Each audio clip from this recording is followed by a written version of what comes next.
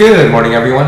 Welcome to another edition of the Smart Knowledge U vlog, how hackers proved that the value of all global currencies in use today is virtually nothing. Now today I want to discuss the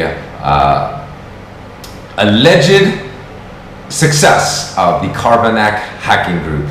So to help you understand why pricing gold, let alone anything and routing fiat currencies is absurd, we're going to discuss the Carbonac cyber hacking gang's alleged theft of about $1 billion from over 100 banks worldwide.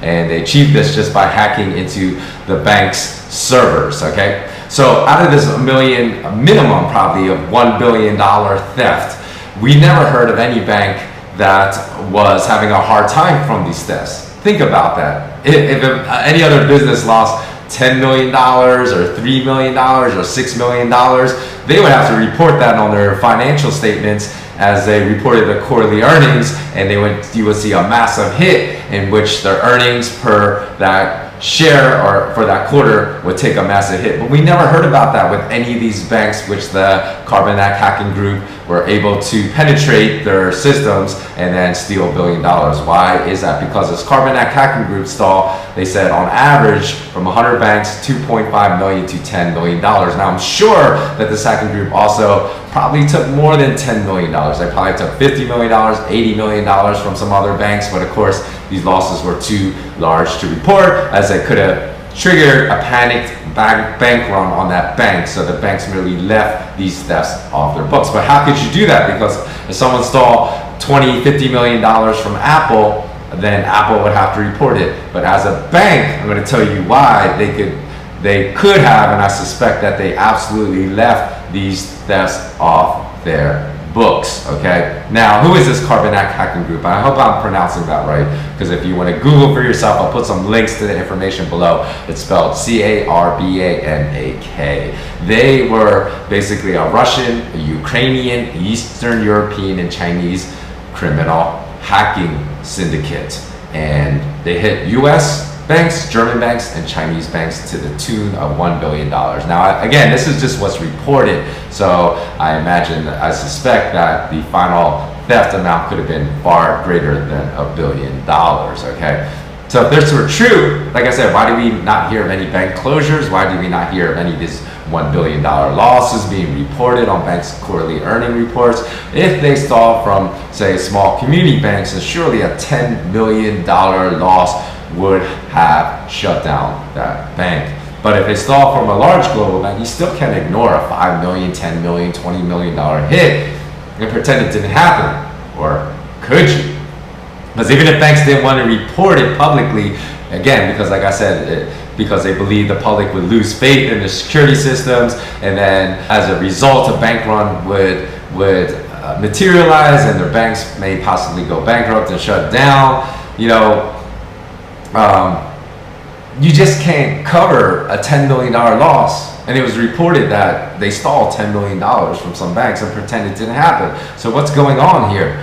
Because in fact, the Carbonac group, if this wasn't something that just happened over the course of 1 year, they stole $1 billion or billions of dollars possibly over the course of several years, because before they were called the Carbonac hacking group, they were known as the Anunnaki hacking group since 2013. So who knows what that final theft figure really was. It can be reported, of course, that the money isn't real, okay? And it was just stolen data in the form of bits that represent digital currency siphoned from one bank server and deposited into another bank server before they would actually go into those accounts and try to withdraw the cash, okay? And in fact, this is exactly what happened. So it was reported that in some cases, these hackers penetrated right into the very heart of the bank's accounting systems, inflating account balances before pocketing the extra funds via fraudulent wires, okay? So for example, say a US bank account had $100,000 in it.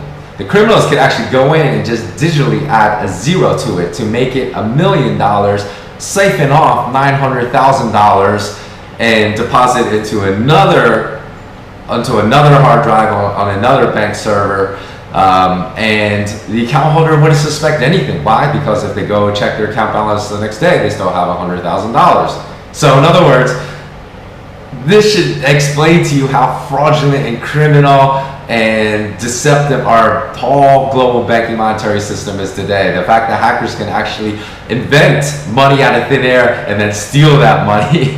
So the account holder does not even know that his account has been used to fraudulently create money and siphon off money because his account balance is still the same. That should be mind-blowing to you if you think about what that says about the fraudulent nature of our global monetary system today.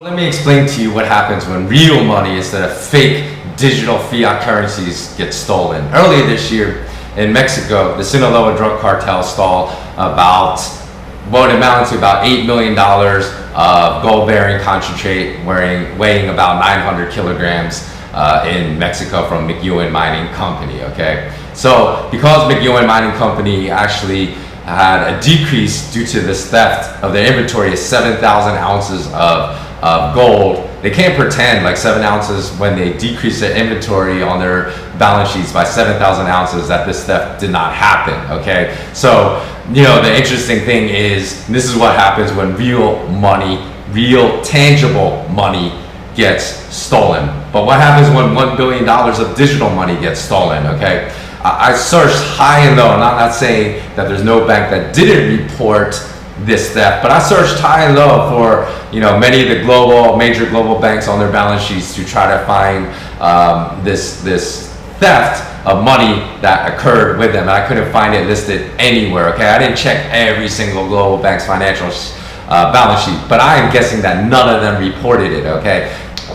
Why they would be able to not report it should be mind-blowing to you, because that theft, where the Carbanak hacking group basically created money out of thin air digitally by adding zeros to accounts and then siphoning off the amount and leaving the original amount, actually meant that the balance sheets of the banks never changed because they created money out of thin air and they stole that money that they created out of thin air. But in some instances, they did siphon off money that was in some of the corporate treasury accounts of these banks. Okay, so how would the banks not be able to report these thefts? Because I can understand the fact that they digitally made money out of nothing and then stole that money, then the banks would not have to report that theft, because as mind-blowing as this is, in reality that money never existed to begin with. So they created that thin air and then stole it, okay? So, but how about the money that did exist? How come that was, and then was stolen? How come that was not reported? This is what I surmise is happening. Because again, say it happened with a major bank like Deutsche Bank or Citibank, they're not gonna want to report that to the public because maybe there's gonna be a bank run, as I said, that's triggered. So what they probably did is they probably went to the central bank in their country and say, hey, we can't report this, but this money was stolen from us, so we need to be compensated, we need to get back. And the central bankers probably just pushed a button and digitally sent that money, and therefore they had it. And therefore none of that theft has to be reported. The problem with McEwen Mining having to report that theft of 7 ounces of gold is you can't press a button and make 7,000 ounces of gold out of thin air and pretend that theft never happened. So this is really mind-blowing if you really marinate on it, because either way, the currency the Carbanak hacking group stole wasn't real because it never had to be publicly disclosed, okay? Money is something that is tangible, has lots of intrinsic value, and whose theft can't be hidden from the public. If you were talking about something that's merely an idea that's stored on a computer bit, on a bank server, on a hard drive on a bank server, that's intangible with no intrinsic value, and it's only values the perceived value what a banker says it is worth, and whose theft can be easily replaced by creating it out of thin air in seconds as if it were never stolen, just as the thieves did in many instances, then you really have to think about what is money. Okay, comment below, let me know what you think is real money. Do you really think that the digital currencies in your bank account that's just held on a server in your country is real money? Or do you understand and do you agree with me that physical gold and physical silver are real money? And if you understand this, let me know if you're still holding the vast majority of your savings in digital currencies, and why, if you understand that really digital currencies are not real money. Why would you hold most of your savings in something that is not real money? So let me know below. Let me know what you think. Always remain intensely curious. Thanks for watching again. Please give a like to this video if you like it, and spread it. Send it to everyone you know, because again, this is the type of information we need to go viral if we're really going to return the banking industry to an environment of integrity and honor instead of fraud and deception at some point in the future again. Okay, so long.